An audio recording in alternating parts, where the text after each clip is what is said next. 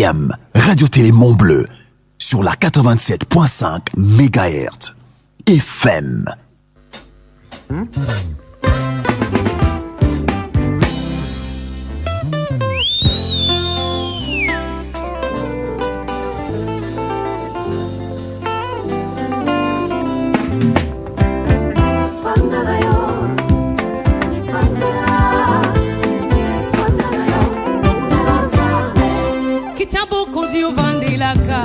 Epi la kase moto utupe moyo si kakate umelanzambe kichabo kozi ovande laka epi la kase moto utupe moyo si kakate umelanzambe Yesu libanga oyo utana likolo na lisugi ya mutute. Oui, bien-aimé, napo kwa lelo toza koya epana yo na nzela ya radio oyo kote ya yo liloba na Nzambe oyo toza kokabola lipa na pokwa lelo. Toza kotanga mokanda ya Nzambe na buku ya Genèse chapitre na yango premier du 26e au 28e verset. Puis Dieu dit: faisons l'homme à notre image, selon notre ressemblance, et qu'il domine sur les poissons de la mer, sur les oiseaux du ciel, sur les bétails et sur toute la terre, et sur tous les reptiles qui rampent sur la terre. Dieu créa l'homme à son image, il les créa à l'image de Dieu. Il créa l'homme et la femme. Na teme o tolingi to partager na ona pokwa lelo toza kote ama likolo ya création ya homme, création ya moto ya liboso na kombo ya Adam. Lolenge nini Nzambe azako kela ye pepo na nini Nzambe akela ye. Na esika touti kotanga Nzambe alobi faisons l'homme à notre image selon notre ressemblance, qu'il domine sur les poissons de la mer. Awa toza na verbe ya liboso Nzambe azoloba faisons. Nzambe azoloba faire. Basala moto selon image na ye Nzambe pe na lolenge oyo moto wana akozala lokola Nzambe. Nzoka Nzambe po asala moto tango otangi na Genèse chapitre na yango 2, Nzambe a formé moto à partir de la poussière de la terre. Ndene yango tozotalisa boye. Nzambe tango azako sala moto à partir de la poussière de la terre, c'était l'homme oyo tobenge na kombo ya Adam.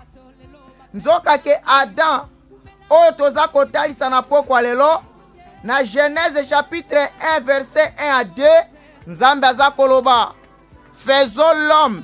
Nzambe azako loba les cieux.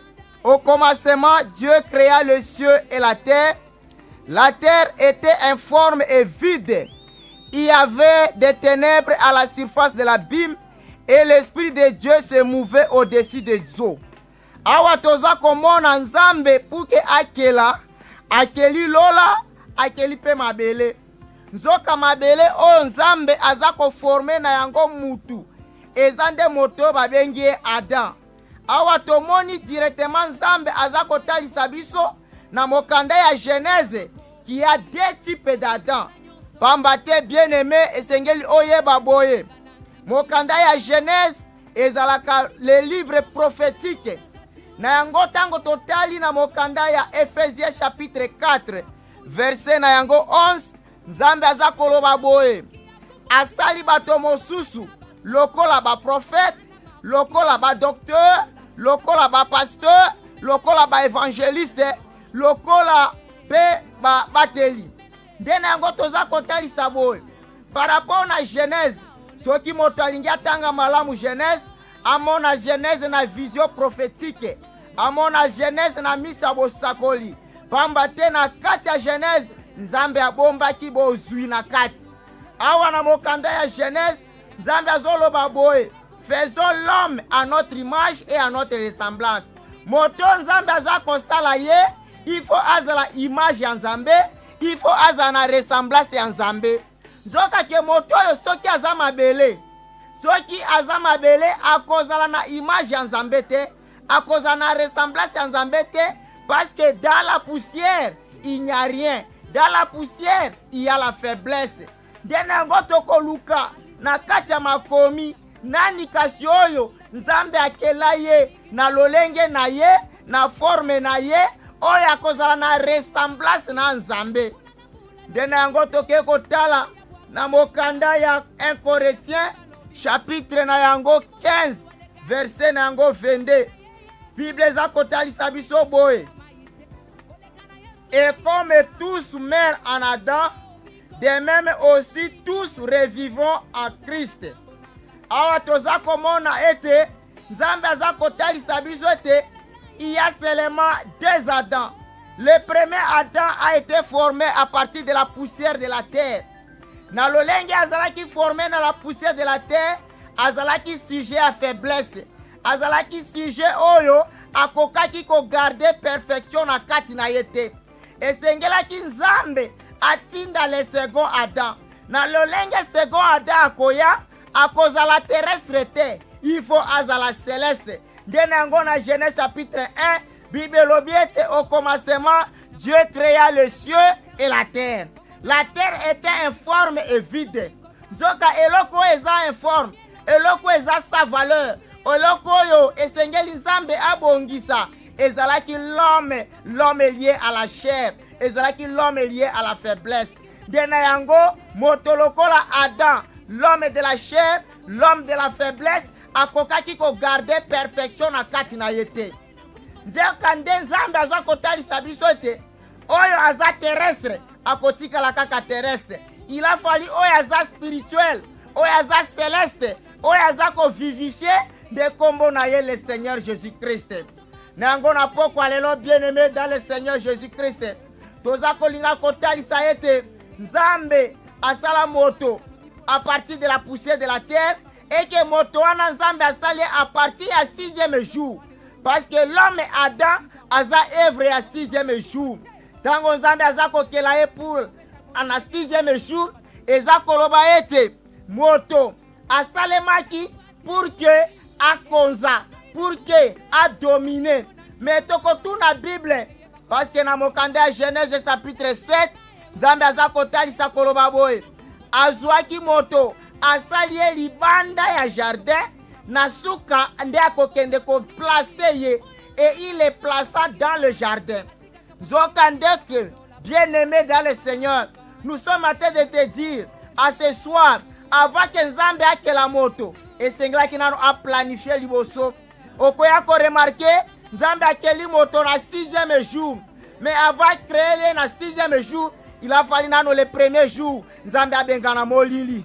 Et sengla ki nano na premier, na 2e jour, nzambe a séparé maya likolo pe na maya na se. Et sengla ki na 3e jour, nzambe a longola nano mabele o ezalaki na se ya mai. Pamba te nzambe azalaki kotala ete na 6e jour moto akoya, moto akosalema. Il faut moto wana azala na mabele, il faut moto wana azwa ndunda kolia, il faut moto wana azala na lumière, pamba te akobika.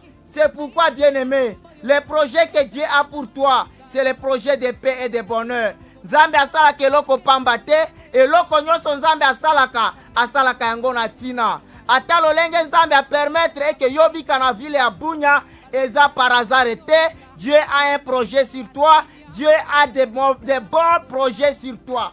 C'est pourquoi nzambe avant akela nano Ada esengelaki abongisa esika pona tina na ye. Dena yango nzambe asali ye pe akei kotia ye na kati ya jardin. Oyo Bible eza kotalisa biso ke le jardin d'Éden était à l'Orient. Ezalaki na ebimelo ya moi. Eke na kati ya jardin kaka moko wana ezalaki na fleuve moko, mais fleuve wana eza divisé en 4.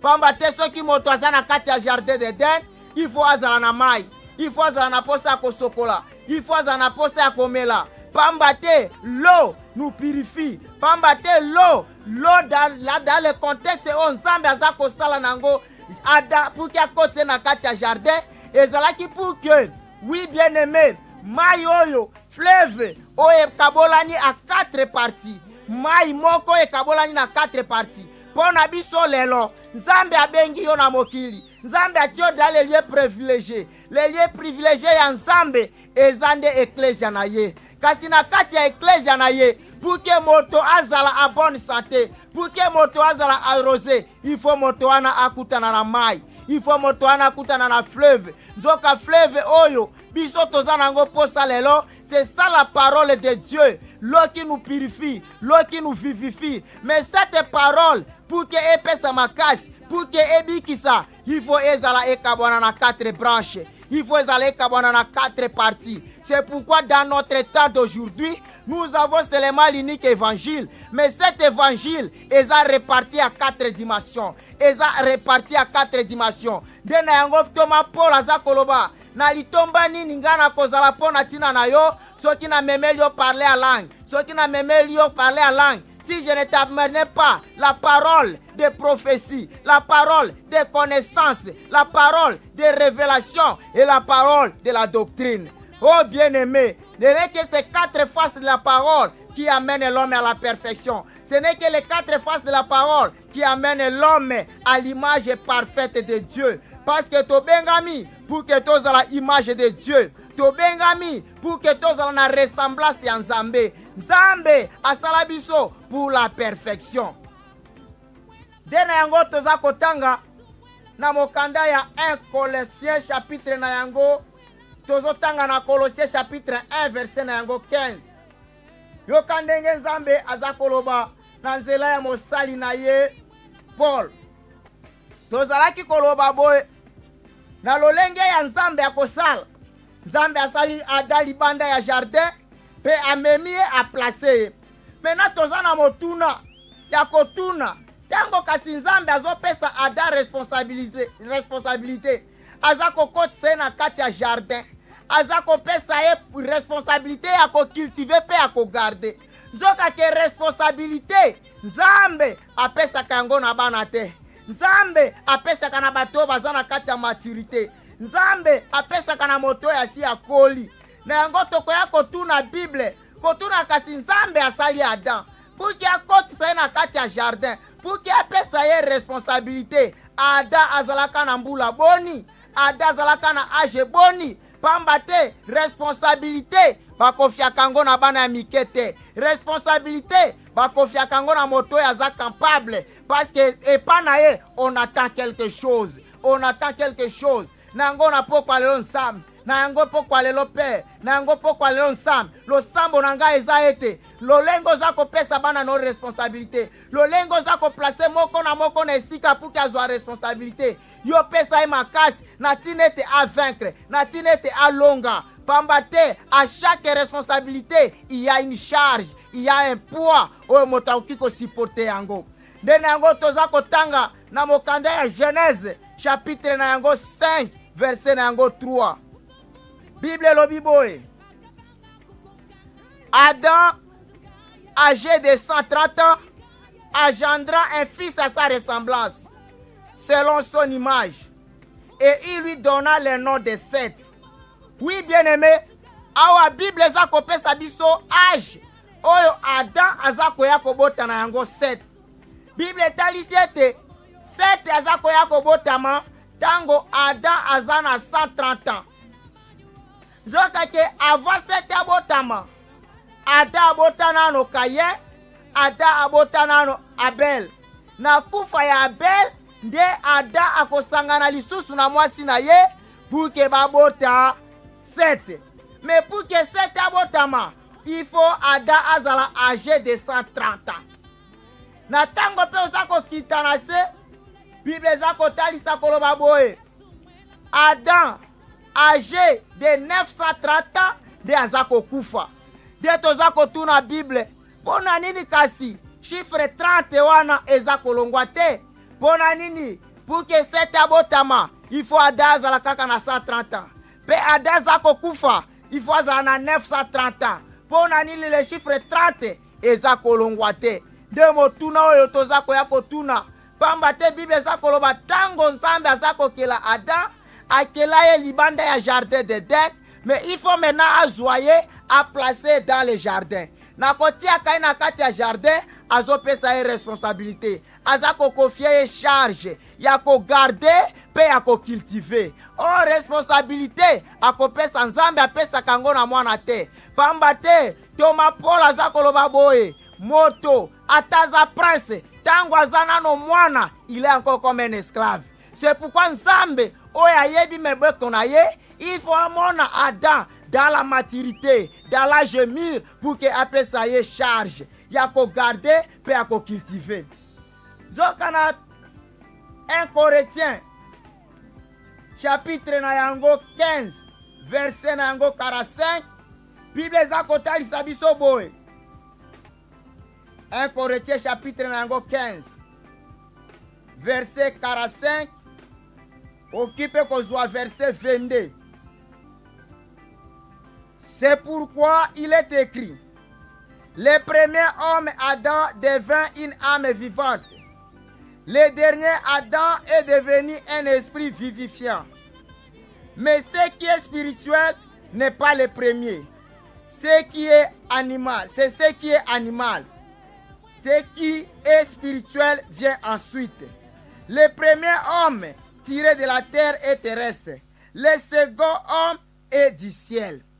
Il y a deux Adam. Il y a le premier Adam qui est terrestre et il y a le second Adam qui est du ciel. Na yango lokola nzambe, Bible eza koloba ete eloko ya sika eza na mokili te. Ce qui est, c'est ce qui avait été. Lokola tozana deux Adam, le premier et le second. Le premier auti na mabele, le second auti na lola. Nzoka le second, Bible eza kolobela yango, son nom c'est le Seigneur Jésus-Christ. Toluki na mokanda ya Luc chapitre na yango 3, verset na yango 23. Bible eza koloba boye. Jésus était environ âgé de 30 ans lorsqu'il commençait son ministère. Zoka ke pour que Yesu, lokola véritable Adam, l'homme est créé à l'image de Dieu, à la ressemblance de Dieu, pour que abanda ministère na ye, pour que abanda mosala na ye, et sengela ki na akokisa âge. Akokisa âge à 30 ans, pour que à partir à 30 ans, de abanda nango mosala. Wana eza premier argument. Na argument ya mibale, soki totangi na mokanda ya Genèse. Genèse chapitre 41, verset na yango 46. Bible za kotalisa biso boye. Joseph, pour que abima premier ministre, pour que abima le chef, gouverneur ya Égypte, et sengela ki azala âgé de 30 ans. Awa toza komona ete, le chiffre 30, o ekutami na kati ya vie ya Adam, ya kobota 7, na vie ya Adam, na tango ya kokufa, eza deja kopesa biso image, par rapport ya âge, oyo nzambe, azo konfie nango Adam responsabilité. Pamba te naza kolobelo na pokwa lelo, Adam Dieu l'a créé en dehors du jardin. Mais aza kopesa ye, aza kopesa responsabilité pour que amemaye, a placé dans le jardin, tango aza âgé de 30 ans. Tango aza âgé, pamba te, lokola total ici, na argument liboso, que il y a seulement deux Adam. Il y a le premier et il y a le second. Ce qui est le second, à la personne de notre Seigneur Jésus-Christ, azo banda ministère na ye, âgé de 30 ans, cela revient que même le premier, oyazala qui reste, tango azo banda mosala na ye, il faut que yepe azala na âgé de 30 ans. Nango tozape kotala par rapport na Joseph. Soka Joseph, tango aza kozwa responsabilité na mboka ya Égypte, pour qu'il azala gouverneur, pour qu'il azala chef ya maison ya Pharaon, il faut azala na âge ya maturité. Il faut azala na âge ya responsabilité. On kake toza komona awa, âge oyo, Joseph aza kokota nango na mosala, eza âgé de 30 ans. Toza kotalisa ete, ezala Joseph, azala ki kaka l'image, azala ki kaka ombre, ya vraie réalité qui était le Seigneur Jésus-Christ. Pambate le Seigneur Jésus-Christ, c'est lui qui règne, c'est lui qui domine. Pambate, lokola nzambe, na nzela na Yesu Kristo, oyo aza mwana na ye, atindaki ye na kati na mokili oyo pour que agouverne, pour que agouverne, pour que amema libota na ye, pour que amema bana na ye na nzela ya lobiko, esengelaki ye mpe azala na kati ya age, ezala na kati na age. Na yango toza koya komona na mokanda ya Nombre chapitre na yango 4 verset 2 à 3, awa Nzambe azopesa ordre na nzela ya mosali na ye Mose kotalisa ete pour que moto azala sélectionné, pour que descendance ya Keate azala sélectionné pona kosala mosala na kati ya tabernacle, pour que azala mosala na kati ya hema ya Nzambe, il faut azala na âge ya sacrificature. Pour que abanda mosala, il faut azala âgé de 30 ans, et que tango akokokisa 50 ans pe abimi na kati na fonction.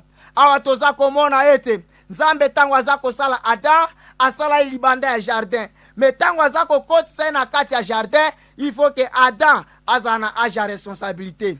C'est pourquoi koya komona tango Adam Nzambe azopesa responsabilité, aza kotinda banyama liboso na ye pour que Adam na nzela ya maturité na ye abanda kopesa bango kombo, abanda kopesa bango kombo, abanda kopesa bango kombo. Or pour que apesa bango kombo, il faut azala na kati ya maturité.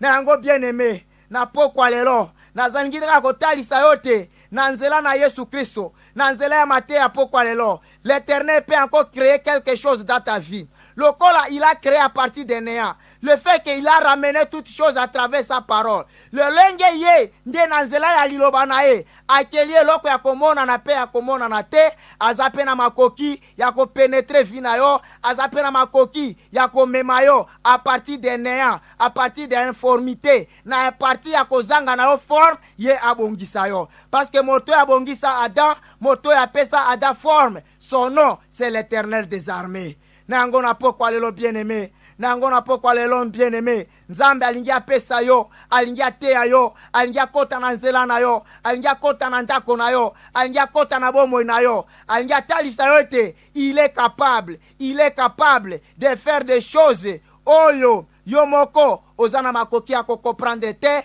yo moko ozana makoki ya kosala te, mais epa na ye azana makoki ya kosala. C'est pourquoi Bible eza kotalisa biso ete en Dieu il n'y a rien qui est impossible. En Dieu il n'y a rien qui est impossible, mais à Dieu tout est possible à celui qui croit. Ceux qui ont dit mina pokwa lelo, tu verras la grâce de Dieu, tu verras la grandeur de Dieu et tu verras la puissance de Dieu. Aona lingina zwa muke par rapport à la responsabilité à Adam. Nzambe azopesa Adam responsabilité. Adam Nzambe akeli banyama, abandi kolekisa bango liboso na ye, na tinete Adam de apesa bango kombo. Wana tozana mokanda ya Genèse chapitre na yango 2 verset 18 à 23. Genèse chapitre 2 verset na yango 18 à 23. L'Éternel Dieu dit: il n'est pas bon que l'homme soit seul. Je lui ferai une aide semblable. Une aide semblable à lui. L'Éternel Dieu forma de la terre tous les animaux des champs et tous les oiseaux du ciel. Et il les fit venir vers l'homme pour voir comment il les appellerait. Et afin que tout être vivant porte les noms que lui donnerait l'homme. Awa toza komona responsabilité oyo Nzambe aza kopesa na yango Adam. Tango Nzambe asali ye akotisi na jardin, apesi pe responsabilité. Parce que loko nyonso oyo akeli banyama esengelaki baleka pour que Adam apesa bango kombo. Na yango bien aimé, ngana sepeli na titi de Adam. Parce que tango Adam azopesa banyama kombo, Adam akwea kite amoureux de banyama. Pambate azalaki na connaissance. Dans Deutéronome chapitre 22, verset na yango 27, verset na yango 22, yoka lolenge Nzambe aza koloba. Deutéronome chapitre na yango 22. Deutéronome chapitre 22, chapitre 27, verset 22. Maudit soit celui qui couche avec Tozana Deutéronome chapitre na yango 27 verset 22. Maudit soit celui qui couche. 21 na version na Bible. Maudit soit celui qui couche avec une bête quelconque, et que le peuple dira Amen. Awa Nzambe nde aza kotalisa biso na nzela ya mosakoli, na nzela ya prophète Moïse, koloba ete maudit soit l'homme qui couchera avec une bête quelconque. C'est pourquoi tango Nzambe aza kolekisa banyama liboso ya Adam na bonzambe na kati na ye, ayeba tete moto alingaka nyama te, moto akushaka na nyama te, pamba te kokushe na nyama eza komema malédiction, komekushe na nyama eza komema malédiction, pamba te Bible eza koloba maudit soit celui qui couche avec une bête quelconque. Responsabilité ya Adam ezalaki wana, amoni banyama baza koleka liboso na ye, apesi bango bakombo banyama esengelaki balata yango, mais atombaki amoureux na kati ya banyama te. C'est pourquoi, bien aimé, le monde est dans sa destruction, nous sommes à la fin des temps. Na yango ndenge yo oza kobika na nzela no ya mosala, esika oza koleka, ne te laisse pas tomber dans la tentation de la malédiction na kolingaka banyama, parce que la bestialité lelo eza kosalema, bako proposer yo, bako proposer yo mbongo, bako proposer yo n'importe quoi pour que yo osala ba acte sexuel na banyama, eza malédiction ko utepa na Nzambe. Yo lokola mwana na Nzambe na pokwa lelo naza kotalisa ete tu as la responsabilité. Tu es le responsable de ta vie. Tu es le responsable de tout acte oza koposer. Parce que acte nyonso yo koposer, tu es le responsable de ça. Na yango Adam lokola un homme responsable, aza kopesa banyama bakombo pe akweyaki amoureux ya banyama te. C'est pourquoi, bien aimé, na pokwa lelo na nzela ya création oyo, na nzela ya création ensemble, tango aza ko créer Adam, tango azo pesa responsabilité, ezala pe partage no ya pokwa lelo. Na nzela ya responsabilité Nzambe azo pesa yo. Responsabilité wana éloigné yo na Nzambe te. Responsabilité wana ebungisa yo na nzela ya Nzambe te. Mais responsabilité Nzambe azo ko pesa yo ebatela boyenge bene na kati na yo. Epelo na kobanga Nzambe na kati na yo. C'est pourquoi, bien aimé, la crainte de l'Éternel, c'est ça même la sagesse. Oui, bien aimé, Adam zalaki intelligent, Adam avec la sagesse, parce que en lui il y avait la crainte de l'Éternel. Ayeba kete nazana responsabilité, apesi banyama bakombo kasi azwaki banyama lokola basi na yete. Oui, bien aimé, na yango naza kotalisa yo koloba boy, Adam Nzambe aza kosala ye à travers la poussière, a retiré poussière na mabele pour que a formé, aza kolongola ye na libanda esika salaki ye pour que akotisa ye na kati ya jardin. Zoka ke tango azokotisa ye na jardin, na kati ya jardin Nzambe atie pe nzete mibale, atie arbre de la connaissance du bien et du mal, pe atie arbre de la vie. Parce que dans le jardin il y avait la vie, dans le jardin il y avait aussi la mort. Oui, bien aimé, la responsabilité de la vie, la responsabilité de la mort ezalaki na maboko ya Adam.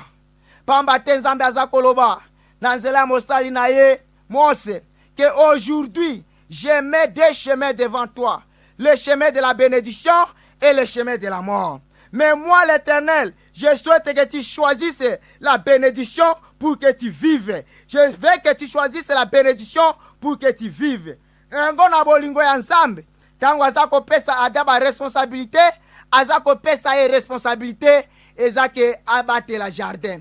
Na pokwa lelo, bien aimé, Nzambe oya pesi yo ba responsabilité, oza père ya foyer, oza chef na kati ya entreprise, yeba ete tu as la responsabilité obate la mosala pe obate la bato baza na kati na yo.